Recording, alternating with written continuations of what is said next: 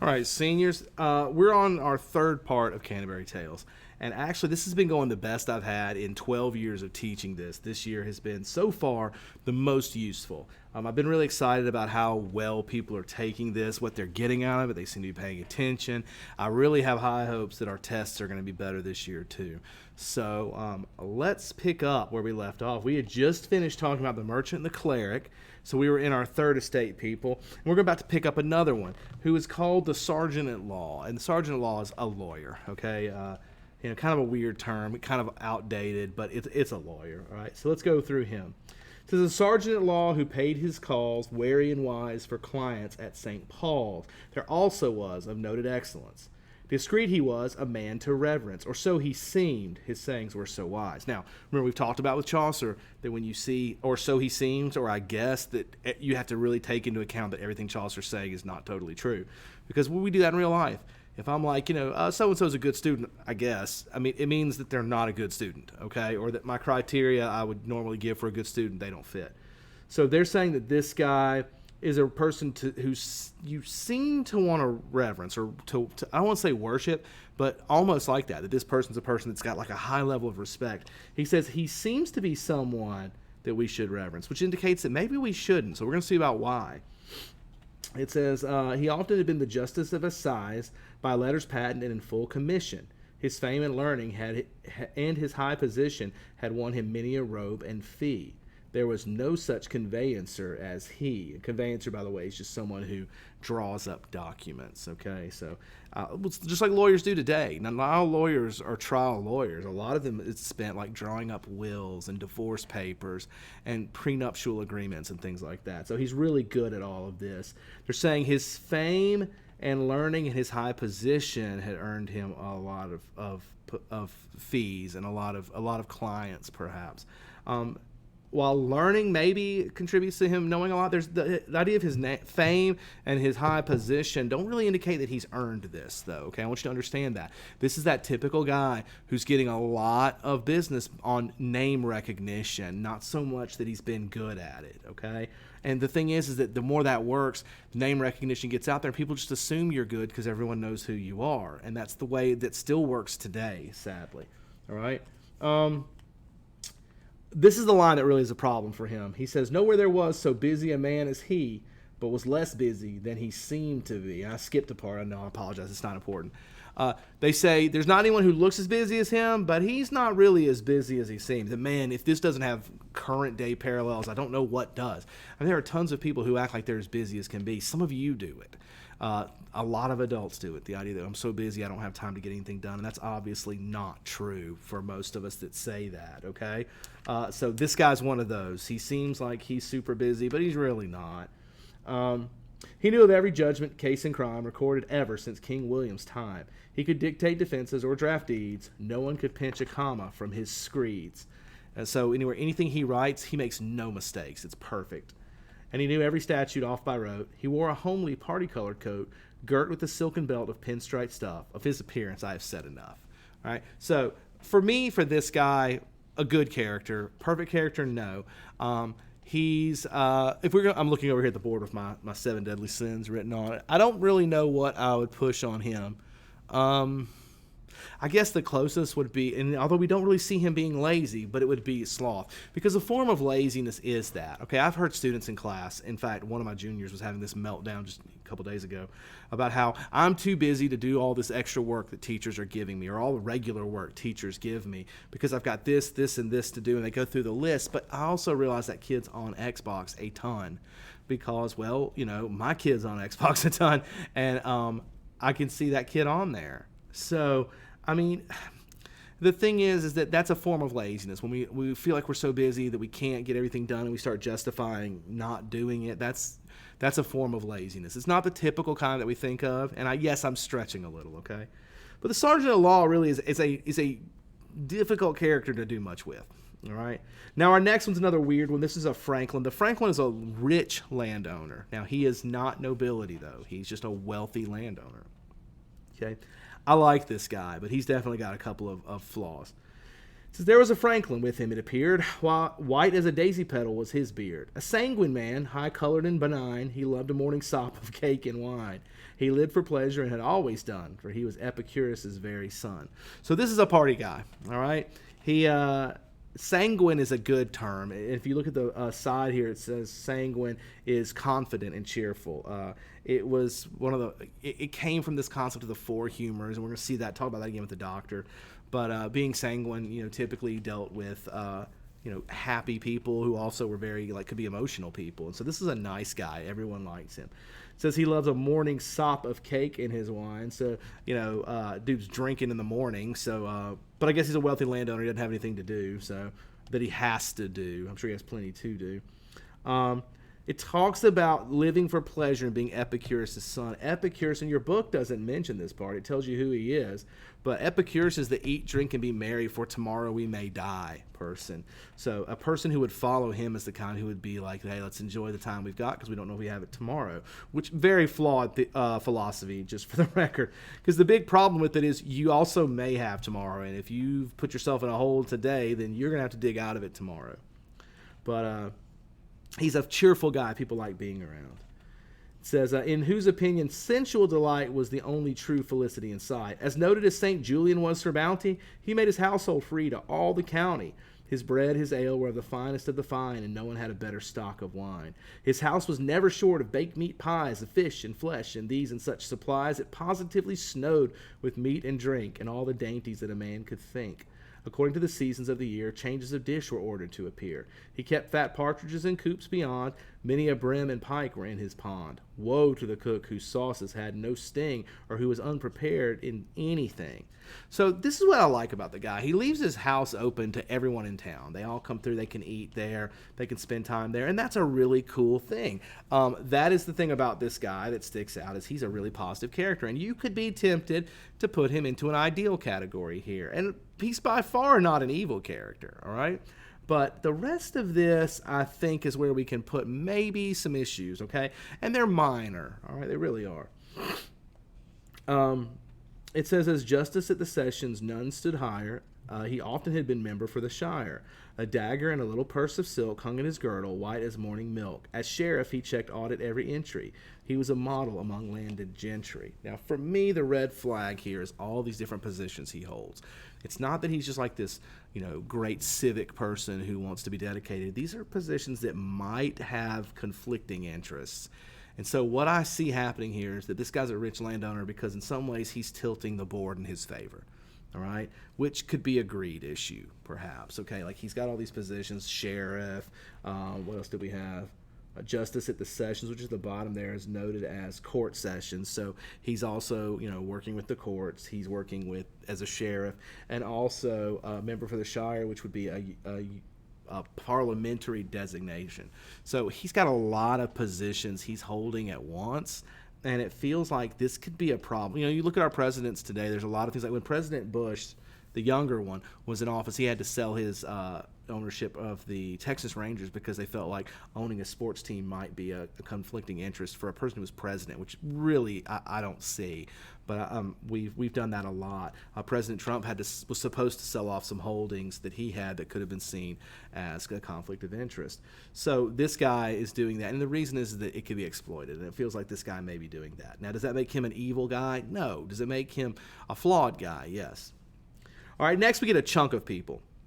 And while the term isn't used, I want to give it to you. The term artisans, which is just like, workers of some sort that have a special skill. These are skilled workers.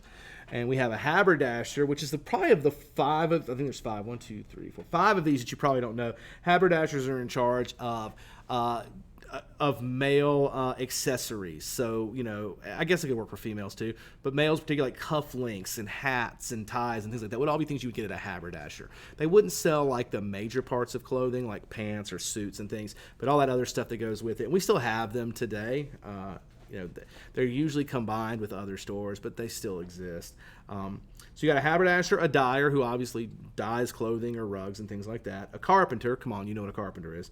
a weaver, once again, that one's not a tough one, and a carpet maker. And if you don't know what a carpet maker is, I probably shouldn't have you in my class, okay? So all of these, with the exception of the haberdasher, are pretty clear that these are skilled workers. But we're going to call them the artisans to keep it short. So this is a very short section, but these guys are kind of interesting. Now, by the way, on the test, if you see anything that has a pronoun that's like, that makes reference to multiples, like they, you know it's this one, because this is the only group that travels like as one big unit like this. So come on, be smart on your test taking skills.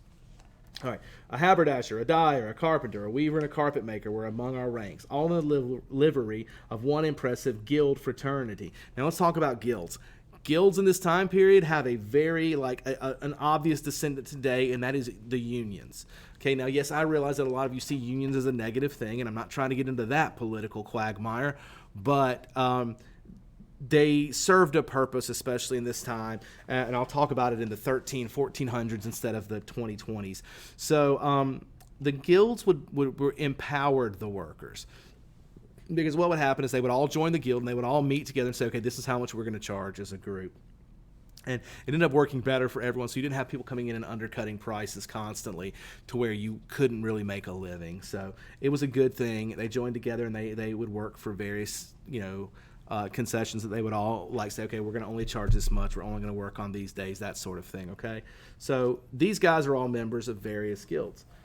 So they were so trim and fresh, their gear would pass for new. Their knives were not tricked out with brass, but wrought with purest silver, which avouches a like display on girdles and on pouches. Each seemed a worthy Burgess fit to grace a guild hall with the seat upon the dais. So, man, they're dressed to the nines. They've got fancy clothes. They've got the best gear, not the kind that normally people would have that would be good, would be practical, but the ones that were shiny and looked special. So they're looking the part. This is the new middle class, by the way. That's who we have here. And just like today, if you're a middle class, you start out making a little bit of money and you feel good about yourself, then all of a sudden you get that promotion and you're making more money, so you go out and buy a fancy car that really you shouldn't get, or you go and buy that 4-bedroom house when it's just you and your wife and the one kid. It's these status symbols, and that's what they have. It said their wisdom would have justified a plan to make each one of them an alderman. I don't have my glasses, sorry. It says they had their capital and revenue, besides their wives declared it was their due. And if they did not think so, then they ought. To be called madam is a glorious thought. And so is going to church and being seen and having your mantle carried like a queen. So here's the thing with these guys, and y'all please understand, I'm not trying to say something that's going to get me in trouble, especially with the ladies watching this, but the problem with these gentlemen is not their ambition, it's the ambition of their wives. Their wives are pushing them because they want to be seen as something important, and so they're pushing their husbands to become something that maybe they're not interested in. Maybe these guys maybe the carpenter just wants to build tables. He doesn't want to worry about being a politician or being someone, and his wife is like, no, I deserve that, which that's kind of the flaw with them. We could probably put envy on this, but it's not so much on them as it is on their wives. The men themselves, there's no real flaws with, except that, and here's the danger spot, is that they're letting their wives dictate what they do, okay? And again, your guys, there's no one listening to this as far as I know who's married but me, and my wife has a lot to say about what we do and don't do. There's nothing wrong with your wife having say so, but this reads a little differently than just typical stuff, okay? All right, our next character, shortest description, and the most unfortunate, poor guy, okay? But time period dictates why this is a flawed character, not today. So they had a cook with them who stood alone for boiling chicken with a marrow bone, sharp flavoring powder, and a spice for savor. He could distinguish London ale by flavor, and he could roast and seethe and broil and fry. And he could make good thick soup and bake a tasty pie. But what a pity, so it seemed to me, that he should have an ulcer on his knee. As for blancmange, he made it with the best. Now, if you don't pay attention to footnotes or you don't have me explain it to you, you can't figure out anything about this guy. So he's a cook. He's a good cook. He makes some of the best stuff around. He's got a great palate. He can taste ale and know exactly what kind it is. He's good with sauces. He does everything he's supposed to. In fact, his best sauce is something called blancmange, which if you look at the bottom is a creamy chicken dish. So it would be a chicken dish that had that creamy white looking on it, like Alfredo sauce maybe. So what's wrong with this guy? Well, they say he's got an ulcer on his knee, which would be, at this time, we're not talking about an ulcer like you get in your mouth when you bite something and that little sore develops. This here would be a gross, pus-filled, oozing sore like a boil that would look, catch this, would be, well, you know what, pus is this white color, so it would look a lot like that blanc mange he makes, which is the unfortunate thing. You know, his best dish, people can't eat it because they see that sore and they're grossed out. Now, none of this is this man's fault, right? I mean, he has no sins attached to him. And you're right, except if we look at the time period when people had continuous illnesses like this, we're going to see it again with the summoner with his scabby face, that it typically was associated with some unannounced sin that was poisoning them and was coming out physically in them. So that's kind of the issue that you see with this character. Okay, so is he a bad character? No. On your top 5 good people, he could easily be number 4, in my opinion, okay? Because he's got nothing bad. It's just unfortunate for him that in the time period where Chaucer was writing, people often thought that physical deformities were a product of undealt with sin, either from that person or even perhaps from their family before, their parents. So that's the cook. Hey, on the test, the cook's going to be the guy that cooks things, okay? And then I'll probably mention that he has a sore on his knee that's quite disgusting, and that's it. There's not much more with the cook.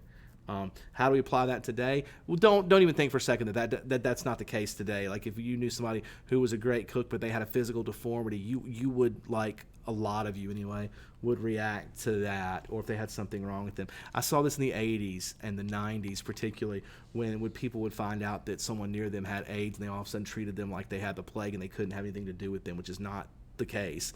So same kind of concept vaguely, all right? Okay, next up we got a skipper. Guys, the last two got the skipper and the doctor. The skipper would be on my top 5 bad ones, by the way. You know, we had the friar so far who's super evil. The skipper is too, okay? And by the way, skipper's a nice way. He is actually a pirate, 100%, all right? All right. Page 107, if you're lost. It says, there was a skipper hailing from far west. He came from Dartmouth, so I understood. He rode a farmer's horse as best he could. In a woolen gown that reached the knee, a dagger on a lanyard falling free hung from his neck under his arm and down. The summer heat had tanned his color brown, and certainly he was an excellent fellow. Many a draught of vintage, red and yellow, he'd drawn at Bordeaux while the trader snored. Now, here's some of Chaucer's sarcasm. He says he was an excellent fellow, and then he immediately tells us about how he stole. So obviously Chaucer doesn't mean he's an excellent fellow. The guy's a thief. He's stealing wine when people aren't paying attention. The deal with the lanyard and stuff is just, again, typical sailor gear. So that's, the people at the time would have known it. Us today, not so much. Says the nicer rules of conscience he ignored. If when he fought the enemy vessel sank, he sent his prisoners home. They walked the plank. Okay, if you didn't know he was a pirate, that should be the walk the plank is pirate. Okay, but I also like the nicer rules of conscience he ignored. In other words, this guy's a bad person. He doesn't really follow his conscience. And he's a murderer. He's killing people. All right. As for his skill in reckoning tides, currents, and many other risks besides, moons, harbors, pilots, he had such dispatch that none from Hull to Carthage was his match.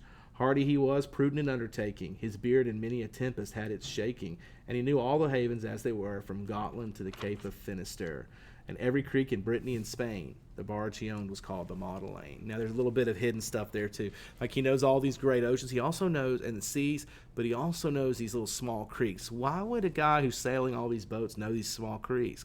Because that's where he's hiding stuff. This guy's 100% a pirate. So what's wrong with him? He kills people, guys. I mean, he's a bad guy. He's a murderer. He's a pirate. He steals. He kills. There's nothing positive about this guy. Which sin would we put on him? Man, that's a tough one. He's stealing, so greed's an issue, but I don't know. None of these guys really get wrath dumped on them, and you'd like to think murderer equals wrath, but I don't know. I don't know what we would do with him. Don't worry, it's not a test question, okay? All right, let's look at the doctor.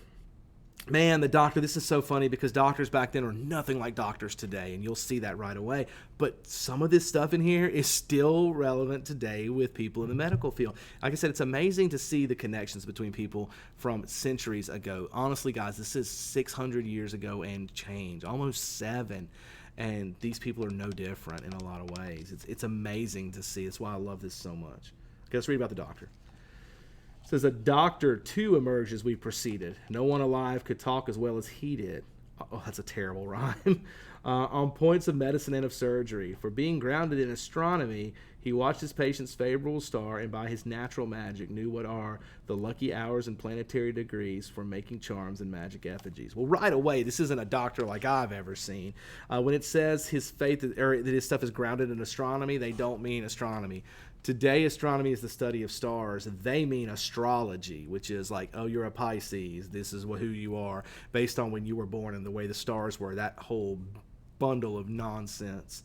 So he's making decisions about people's health and their treatments based on astrology. Which, if you had a doctor that did that today and you went there, you're an idiot. Okay. He's making charms and magical effigies. I mean, it sounds more like he's a witch doctor than a legitimate medical doctor. Sadly, medicine at this time period is not as developed as it is today. So this was a definitely scary time. He says the cause of every malady you'd got, he knew, and whether dry, cold, moist, or hot. He knew their seat, their humor, and condition. He was a perfect practicing physician. Now, that was their medical terminology there. They had these 4 humors. So if something was wrong with you, it was because you had too much of one of these humors.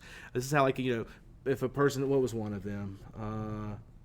Hot, okay, like with a fever, or if you're hot, when you're angry and stuff, you see your blood's boiling, so that goes with hot, and you get this red look, and they assume that was because there was too much blood in your system. So these jokers would drain your blood, because you know what happens when you get, if you guys have ever given blood, and especially if you've given like more than you should, what happens is you get really tired and you pass out. So like, see, we calmed him down because you almost killed him, to be honest with you.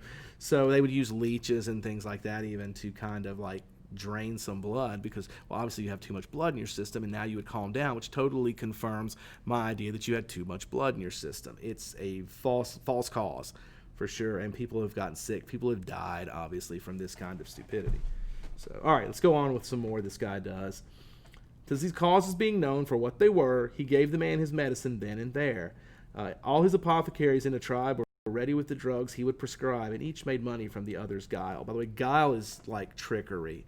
So what he's got a great scam going here. And by the way, same type of things we see today. This is one of those similarities. So he would say, okay, you've got this heart problem. Let's say we're going to make it modern day. You've got this heart problem, and you've also got this, and this. And he assigns a few more things.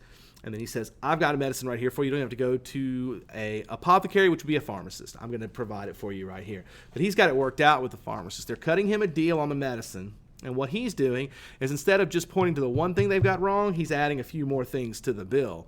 So they're, both profiting from this. They're each other's guile.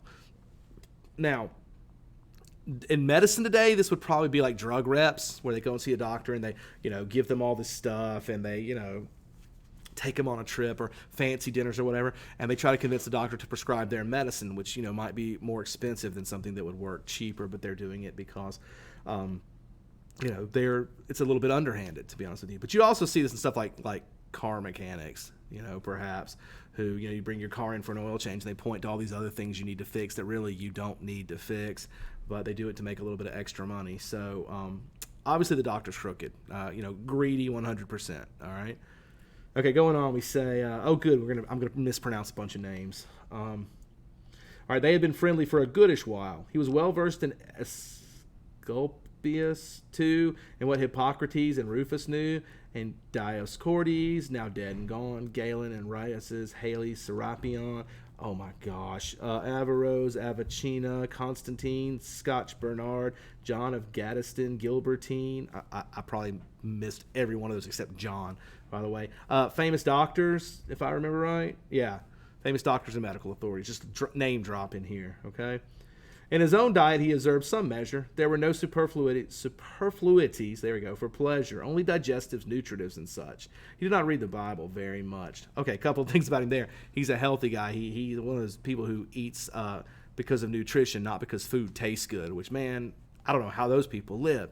But he eats, he's a healthy person. Good for him. Since he doesn't read his Bible very much. Well, what is that randomly thrown in there for? Like Chaucer does. He's kind of nicely calling him out for something. He's calling him out for, he's probably an atheist. All right, which in this time period, there weren't a lot of those avowed anyway. There were a lot of them that probably existed, but you wouldn't admit it. Even today, we have that there's a big stigma attached to people like that, and they're typically treated poorly. Some of them for good reason because of their behavior. But the doctor here doesn't believe in the Bible. It says, in blood-red garments, slashed with bluish gray, and lined with taffeta, he rode his way. And yet he was rather close as to expenses, and kept the gold he won in pestilences. Gold stimulates the heart, or so we're told. He therefore had a special love of gold. All right, he's greed 100%, having a special love of gold, and he hoards his gold, so he's a dragon too. So, all sorts of stuff. Blood-red garments, that's an unfortunate term to use when you're talking about a doctor. Probably not the best color to associate with. You see it some, but you wouldn't see a lot of people in blood red scrubs when they're, as a doctor, especially if you're like, doing an exam or something, and you come and see it in blood red. You may not want to associate with that. Okay, maybe it's great for operating. I mean, maybe you don't have a lot of blood on you, but who knows? All right. So the doctor's not a great guy. He's definitely greedy. He's definitely ripping people off. I mean, he's a little more clearly a bad character. Okay. All right, so that finishes today's readings. Tomorrow, or actually Tuesday, we're going to look at the wife of Bath, who's one of the most famous, if not the most famous character in these stories. We'll also have our next two ideal figures in the parson and the plowman. And then I'm probably going to do the miller too, and then I'm going to stop. And then we'll finish up next Wednesday with the Reeve, the Manciple, the Summoner, and the Pardoner, and we'll get our really evil characters there at the end. So anyway, again, classes have been great with this. I'm so proud of you guys for how well you've done. I hope that you're kind of getting the purpose of things like this, because they are interesting, and they do show us how you can analyze a character and actually, by doing that, point to social issues and get into discussions about the way people behave, and also see that people just don't change.